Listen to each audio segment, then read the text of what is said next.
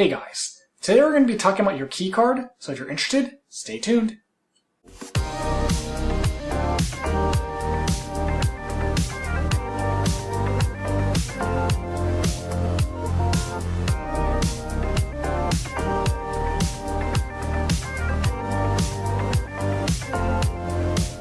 So we all know and love our phone, which is our main key card basically, which is powered by Bluetooth. And it makes everything super convenient because you don't have to carry around physical keys, and all you need to do is have your phone on you. You can walk up to the car, and once you pull the door handle to unlock the door, it just unlocks for you and you don't even have to do anything. And obviously this is part of today's technology where cars are becoming more convenient for us because we don't even have to, have physical keys. And even one day maybe technology will help us drive the car where we don't even have to drive anymore.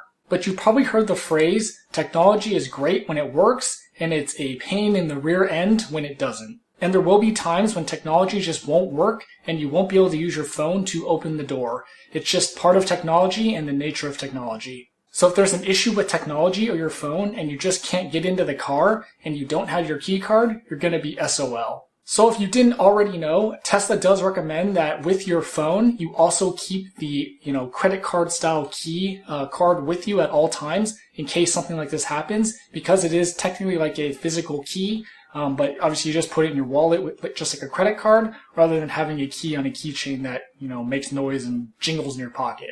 And if you still have other keys on your keychain and you'd rather carry it like a key, what you can do is you can actually take the key card and put it in acetone, which basically will get rid of the actual physical key-ish, and basically it'll just melt away everything but the RFID chip, and then you can turn that into a fob or something like that if you want to have it on a keychain. Another thing I want to mention about the key card, rather than just having it as a backup to your phone, is it's also a very convenient thing to have in other situations. I've run into this situation a bunch of times when I'm traveling with my wife. And so basically the situations that have come up are, say I'm, picking up food, takeout, or basically I need to run a quick errand in the store and she doesn't want to get out of the car. She wants to stay in the car. So if I know the food chain is popular and basically there's going to be a wait even for pickup, or say I'm, I need to go run this errand at, Target or something, and I basically need to run in, I need to go find what I'm looking for, and I need to check out, it's going to take some time. So basically my point is, it's not going to be like a 30-second run in, run out, and get something. It's going to be a little bit longer than that. So in those situations, at least in my opinion, I think it's better to actually have the car on. That way you're not roasting and say if it's summertime right now, you want to be like melting in the car because the car is like basically like an oven. Because when you leave with your phone key, the car locks and basically shuts the car down. So sure, you could have dog mode or camp mode on, but sometimes it's just nicer to have full control of the car with the radio and whatever other things you need by having the key card with you.